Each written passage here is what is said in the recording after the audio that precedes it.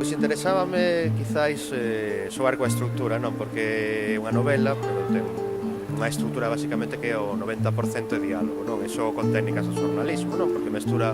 o que é o elemento introductorio dunha reportaxe, dunha entrevista, entón empeza como unha reportaxe, despois xa empeza directamente a unha entrevista longuísima, todo o libro prácticamente, unha entrevista, e entón estaba esa idea de xogar coa estrutura, de empregar as técnicas de xornalismo que eu emprego na miña profesión, pero creando unha entrevista totalmente ficticia e que, bueno, que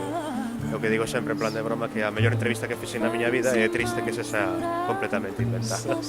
Pues, saen ao teatro británico, falamos da Segunda Guerra Mundial, falamos dos Beatles tamén sae Hollywood, sae o teatro británico, la Visual Libertad, e hai un montón de elementos moi atraentes da cultura de Inglaterra, e faise un percorrido por todo iso por un personaxe que é o conductor de toda a historia, que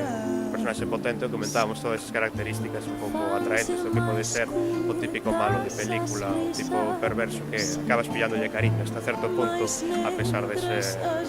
xenófobo, homófobo, elitista e outras cousas maravillosas e virtudes que adornan a Sir Sebastian Nell.